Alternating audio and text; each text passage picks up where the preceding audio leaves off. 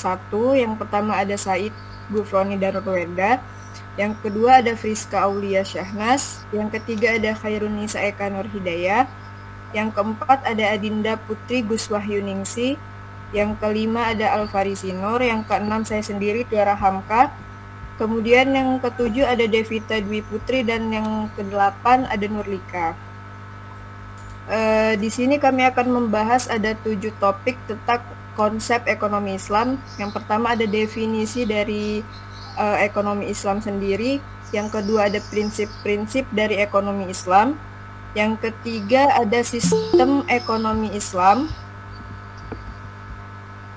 Kemudian yang keempat ada perbedaan ekonomi Islam dengan konsep ekonomi yang lainnya. Kemudian ada aplikasi dalam bisnis, ada aplikasi dalam perbankan. Sebelumnya layar saya gerak atau tidak ya?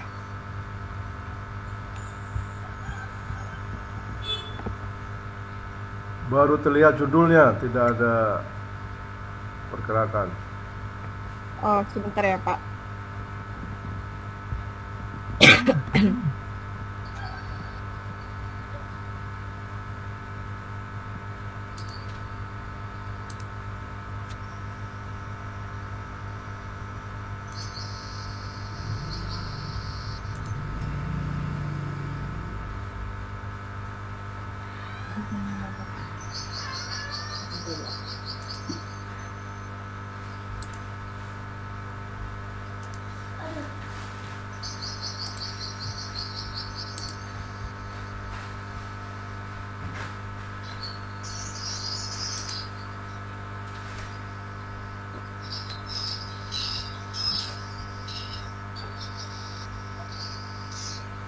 Apakah sudah bisa kelihatan berpindah, Pak? Ya, sudah full screen dan sudah ada pergerakan. Oh iya. Sebelumnya saya ulang. Saya perkenalkan kembali anggota kelompok 1. Yang pertama ada Said Gufroni dan Ruwenda. Yang kedua ada Friska. Yang ketiga ada Khairunisa Eka. Yang keempat ada Adinda Putri. Yang kelima ada Alfarisi Nur. Yang keenam saya sendiri Tiara Hamka. Yang ketujuh ada Devita. Dan yang terakhir ada Nurlika. Topiknya ada 7. Di sini ada definisinya tentang ekonomi Islam. Yang kedua ada prinsip-prinsipnya. Sistem ekonomi Islam yang ketiga. Kemudian ada perbedaan sistem ekonomi Islam dan sistem ekonomi yang lainnya. Kemudian ada aplikasi dalam bisnis. Dan ekonomi Islam dalam pengaplikasiannya dalam perbankan dan pengimplementasiannya. Kita langsung aja ke masuk ke materinya. Yang pertama, definisi konsep ekonomi Islam yang akan dijelaskan oleh rekan-rekan saya. Mohon maaf sebelumnya, apakah suara saya terdengar? Ya, terdengar jelas, silahkan. Di sini saya akan membawakan tentang definisi ekonomi Islam. Nah, ekonomi Islam atau sering disebut ekonomi syariah adalah ilmu sosial yang mempelajari aktivitas manusia yang berhubungan dengan kegiatan produksi, distribusi, dan konsumsi berlandaskan ajaran agama Islam, yaitu berdasar Al-Quran dan Al-Hadis. Nah, Allah itu berfirman dalam Al-Qur'annya, surah Al-Baqarah ayat 275, A'udzubillahiminasyaitonirrajim, Bismillahirrahmanirrahim. Wa ahalallahul bai'a wa aharramu ar-riba. Artinya, dan Allah telah menghalalkan jual beli dan mengharamkan riba. Dan juga ada beberapa ahli yang mengemukakan pendapatnya tentang pengertian ekonomi syariah. Yaitu ada yang pertama ada M.A. Manan, kedua Yusuf Kardawi, dan ketiga Umar Capra. Lanjut. Menurut M.A. Manan, ilmu ekonomi syariah sebagai suatu ilmu pengetahuan sosial yang mempelajari masalah-masalah ekonomi rakyat yang diilhami oleh nilai-nilai Islam. Nah, menurut Kardawi, ekonomi Islam adalah ekonomi yang berdasarkan pada ketuhanan. Esensi sistem ekonomi ini bertitik tolak dari Allah Azza wa Jalla. Tujuan akhirnya kepada Allah Azza wa Jalla dan memanfaatkan sarana yang tidak lepas dari syariat Allah Azza wa Jalla. Dan menurut Umar Chapra, cabang ilmu pengetahuan yang membantu manusia dalam mewujudkan kesejahteraannya melalui alokasi dan distribusi berbagai sumber daya langka sesuai dengan tujuan yang ditetapkan berdasarkan syariah. Maksudnya al-iktisad al-asyariah, tanpa mengekang kebebasan individu secara berlebihan, menciptakan ketidakimbangan makroekonomi dan ekologi, atau melemahkan solidaritas keluarga dan sosial serta ikatan moral yang terjalin di masyarakat. Selanjutnya akan dibawakan oleh rekan saya. Oke, selanjutnya, sebelumnya apakah suara saya terdengar? Terdengar dengan jelas. Untuk prinsip-prinsip ekonomi di sini, ekonomi Islam di sini ada 5. Yang pertama ada tauhid, yang kedua ada adil, yang ketiga ada nubuah, yang keempat ada khilafah, dan yang terakhir ada ma'ad. Oke, yang pertama ada tauhid. Tauhid merupakan pondasi ajaran Islam. Dengan tauhid, manusia menyaksikan bahwa tiada sesuatu pun yang layak disembah selain Allah dan tidak ada pemilik langit bumi dan isinya selain daripada Allah. Karena Allah adalah pencipta alam semesta dan isinya dan sekaligus pemiliknya. Selanjutnya adalah implikasi ekonomi dari nilai ini adalah bahwa pelaku ekonomi tidak boleh untuk mengejar keuntungan pribadi bila hal itu merugikan orang lain atau merusak alam. Sifat-sifat utama sang model yang harus diteladani oleh manusia pada umumnya dan pelaku ekonomi serta bisnis pada khususnya adalah sidik atau benar atau jujur. Selanjutnya ada amanah, tanggung jawab, dapat dipercaya, dan kredibilitas. Yang selanjutnya ada fatonah, yang artinya kecerdikan, kebijaksanaan, atau intelektualitas, dan tablik, komunikasi, keterbukaan, dan pemasaran. Nilai ini mendasari prinsip kehidupan kolektif manusia dalam Islam, siapa memimpin siapa. Fungsi utamanya adalah untuk menjaga keteraturan interaksi antar kelompok termasuk dalam bidang ekonomi agar kekacauan dan keributan dapat dihilangkan atau dikurangi. Walaupun seringkali diterjemahkan sebagai kebangkitan, tetapi secara harfiah ma'ad berarti kembali. Dunia adalah ladang akhirat, artinya dunia adalah wahana bagi manusia untuk bekerja dan beraktivitas. Namun demikian akhirat lebih baik daripada dunia. Selanjutnya, selain prinsip 5 yang telah disebutkan tadi, ada prinsip-prinsip mendasar lainnya. Yang pertama ada landasan utama yang harus dijadikan pegangan bagi seorang khususnya dalam dunia perekonomian adalah iman. Yang kedua adalah kita harus memiliki prinsip persaudaraan atau kekeluargaan juga menjadi tolak ukur. Ekonomi Islam memerintahkan kita untuk terus bekerja keras karena bekerja keras adalah sebagian dari ibadah. Selanjutnya adalah prinsip keadilan sosial dalam distribusi hak milik seseorang, merupakan asas tatanan ekonomi Islam. Dan yang terakhir adalah prinsip jaminan sosial yang menjamin kekayaan masyarakat muslim dengan landasan tegaknya keadilan. Baik, selanjutnya akan disampaikan oleh rekan saya.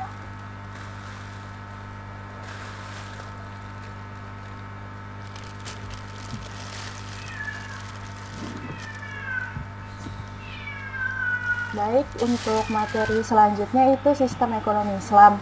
Jadi sistem ekonomi Islam ini dijalankan berdasarkan 2 nilai, yaitu ada nilai dasar dan nilai instrumentalnya. Nilai dasar ini nih untuk membentuk tingkah pelaku ekonominya. Nah, nilai dasar yang pertama yaitu nilai kepemilikan. Islam mengakui bahwa adanya kepemilikan harta bagi setiap individu, namun tidak bersifat absolut melainkan relatif.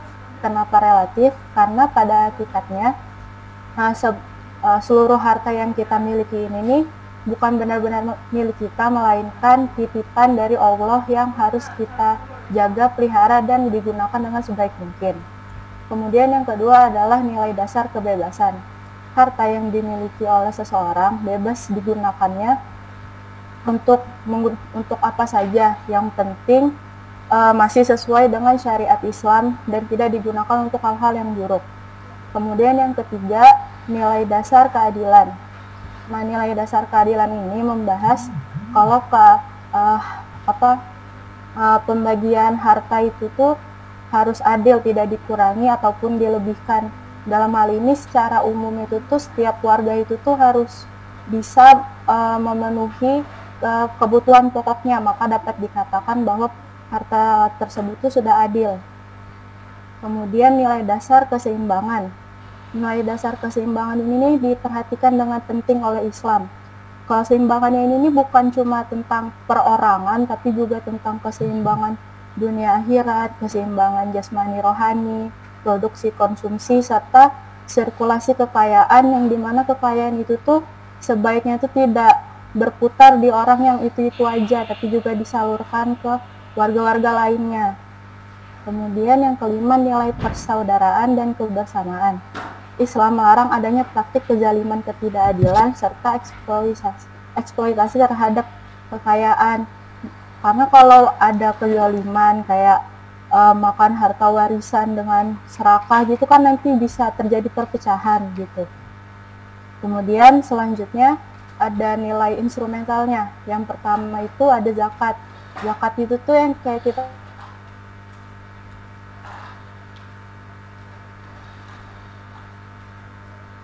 sudah mencapai ukuran tertentu sesuai dengan syariat Islam. Nah, zakat yang kita sisihkan ini nanti disalurkan ke orang-orang miskin, ke orang yang tidak mampu. Jadi tercipta persaudaraan dan kebersamaan di kalangan umat. Kemudian yang kedua adalah pelarangan riba. Riba ini kan kan tadi tuh udah disebutkan ya, riba itu tuh diharamkan. Jadi itu tuh benar-benar hal yang zalim dan sangat tidak adil untuk terjadi di kalangan umat. Kemudian yang ketiga adalah kerjasama ekonomi. Dalam Islam, kegiatan kerjasama ekonomi sangat dianjurkan dalam semua tingkat kegiatan ekonomi, baik dalam produksi, konsumsi, distribusi. Kerjasama ekonomi ini juga untuk saling membantu agar kebutuhan setiap warga itu tuh saling tercukupi dengan baik. Yang terakhir adalah jaminan sosial. Jaminan sosial berupa sumber daya alam yang diberikan oleh Allah yang dapat dinikmati oleh semua umatnya, perhatian kepada kehidupan orang miskin, sirkulasi kekayaan yang tidak menetap di orang kaya saja, dan saling menyumbang tenaga. Baik, untuk materi selanjutnya disampaikan oleh rekan saya. Terima kasih. Kemudian terdapat perbedaan antara sistem ekonomi Islam dengan sistem ekonomi lainnya, yaitu ekonomi kapitalis dan ekonomi sosialis. Sistem ekonomi Islam adalah sebuah sistem ekonomi tersendiri, tidak ada campuran dari sistem ekonomi kapitalis maupun sistem ekonomi sosialis. Pada sistem ekonomi Islam, setiap individu memiliki hak untuk usaha dan menikmati hasil usahanya, namun bukan dengan kebebasan yang mutlak, melainkan dengan kebebasan yang berdasarkan syariat Islam seperti yang dijelaskan pada nilai-nilai dasar yang sebelumnya dibawakan oleh teman saya. Kemudian ada ekonomi kapitalis. Sistem ekonomi kapitalis memandang bahwa manusia adalah pemilik satu-satunya terhadap harta yang telah diusahakan. Tidak ada hak orang lain di dalamnya. Jadi pada sistem ekonomi ini, setiap individu memiliki hak mutlak untuk menikmati hasil usahanya sesuai dengan keinginannya. Next, ada ekonomi sosialis. Sistem ekonomi sosialisme adalah sistem ekonomi di mana ekonomi diatur penuh oleh negara. Dalam sistem ini, jalannya perekonomian sepenuhnya menjadi tanggung jawab negara atau pemerintah pusat. Tujuan dari ekonomi ini itu untuk menciptakan kemakmuran yang merata bagi masyarakatnya dan menghindari terjadinya penindasan ekonomi. Secara garis besar dapat dilihat perbedaan antara sistem ekonomi Islam dengan sistem ekonomi lainnya. Sistem ekonomi Islam mengakui hak milik individu sepanjang tidak merugikan masyarakat. Sistem ekonomi Islam menempatkan diri sebagai bagian dari sistem Islam, atau sistem ekonomi merupakan subsistem dari sistem Islam. Ini artinya sistem ekonomi Islam tetap bersandar pada akidah, syariat, dan akhlak. Sedangkan sistem ekonomi kapitalis menganut paham sekuler dan artinya tidak ada campur tangan agama. Dalam sistem ekonomi kapitalis, setiap individu berhak untuk mendirikan, mengorganisir, dan mengelola perusahaan yang diinginkan. Negara tidak boleh campur tangan dalam semua kegiatan ekonomi. Sedangkan dalam sistem sosialis, semua bentuk produksi dimiliki dan dikelola oleh negara. Semua keuntungan yang diperoleh akan digunakan untuk kepentingan masyarakat. Sistem ekonomi kapitalis dan sosialis menempatkan materi menjadi tujuan utama, sedangkan sistem ekonomi Islam menempatkan kebahagiaan hakiki dunia dan akhirat sebagai tujuan utama dan harta kekayaan hanya sebagai sarana atau alat. Nah, selanjutnya akan dibawakan oleh teman saya. Terima kasih.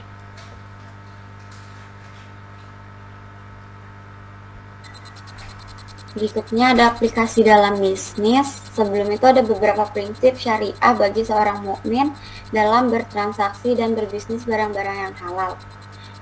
Yang pertama, titipan atau wadiyah, di mana wadiyah yang diterapkan adalah yad damanah, yaitu titipan yang selama belum dikembalikan kepada penitip dapat dimanfaatkan oleh penerima titipan. Yang kedua, ada bagi hasil atau syirkah.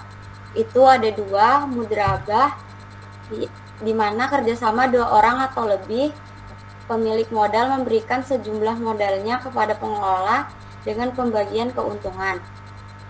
Yang kedua, musyarakah, produk bank syariah yang terdapat dua pihak atau lebih pihak yang bekerja sama untuk meningkatkan aset yang dimiliki bersama.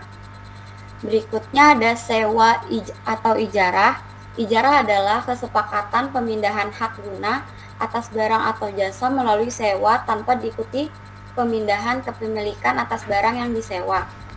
Yang terakhir ada jual beli atau bai. Yang pertama ada bai al-murabahah, itu jual beli dengan harga asal ditambah keuntungan yang disepakati antara pihak bank dengan nasabah. Yang kedua ada bai as-salam.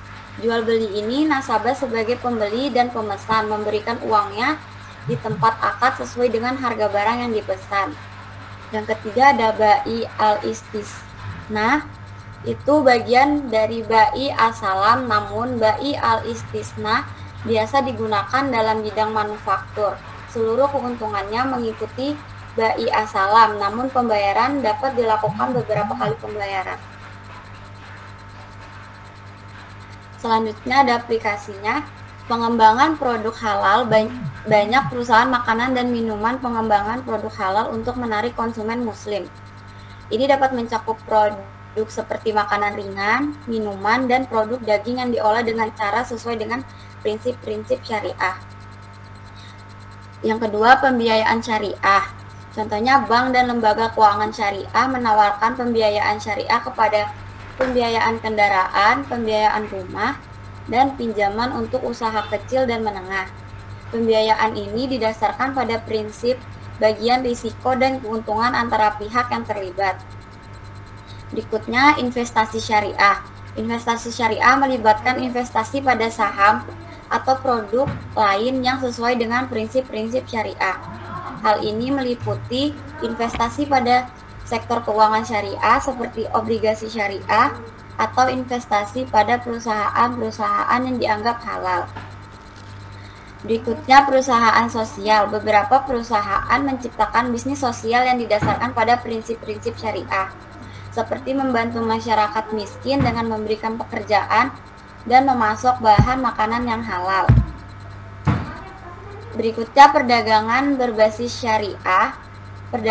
Perdagangan berbasis syariah melibatkan transaksi jual beli yang dilakukan dengan prinsip-prinsip syariah, seperti tidak menggunakan riba, gharar, atau maisir.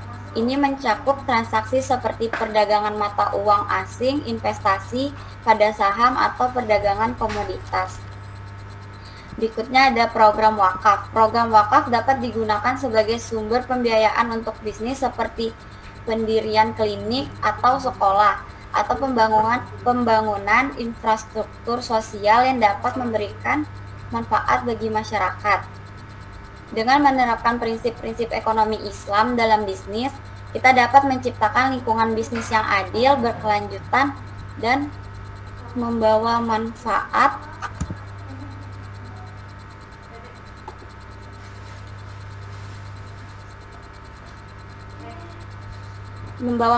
bagi semua pihak yang terlibat. Selanjutnya akan dilanjutkan oleh rekan saya.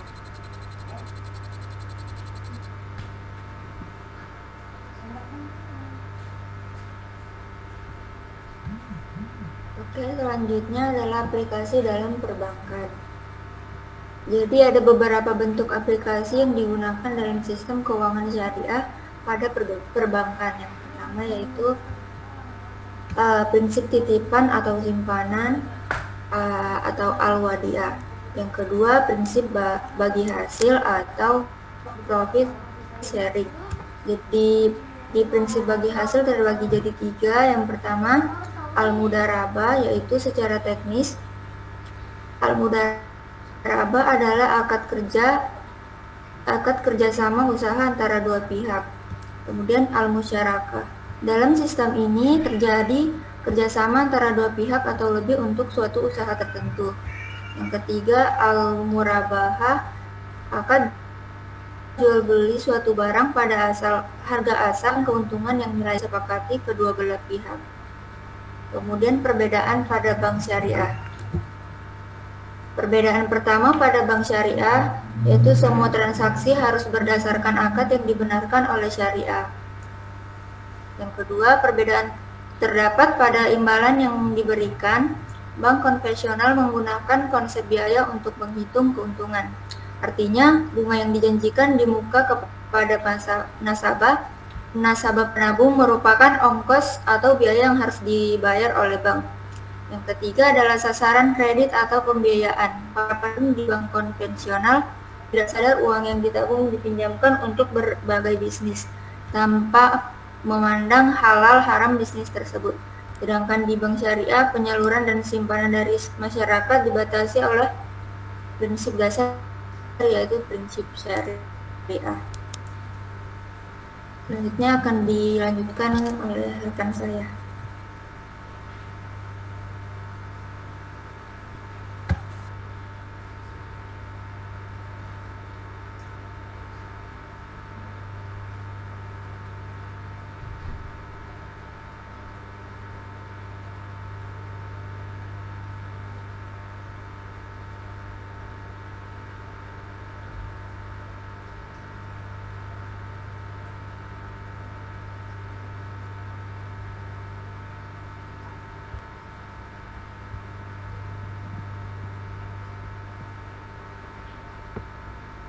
Ya, silahkan. Giliran siapa?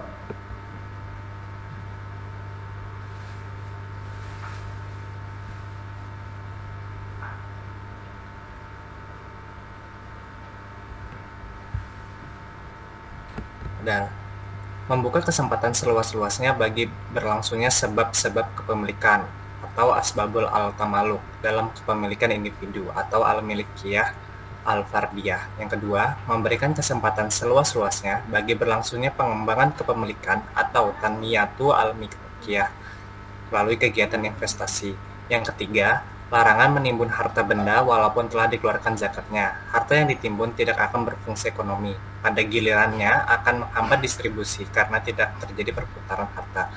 Yang keempat, membuat kebijakan agar harta beredar secara luas serta menggalakkan berbagai kegiatan syirkah dan mendorong pusat-pusat pertumbuhan. Yang kelima, larangan kegiatan monopoli serta berbagai penipuan yang dapat mendistorsi pasar. Yang keenam, larangan kegiatan judi, riba, korupsi, pemberian suap, dan hadiah kepada penguasa. Yang ketujuh, pemanfaatan secara optimal, yaitu dengan harga murah atau cuma-cuma, hasil dari barang-barang atau sumber daya alam milik umum atau al-milkiyah al-amah yang dikelola oleh negara seperti hasil hutan, barang tambang, minyak, listrik, air, dan sebagainya demi kesejahteraan rakyat.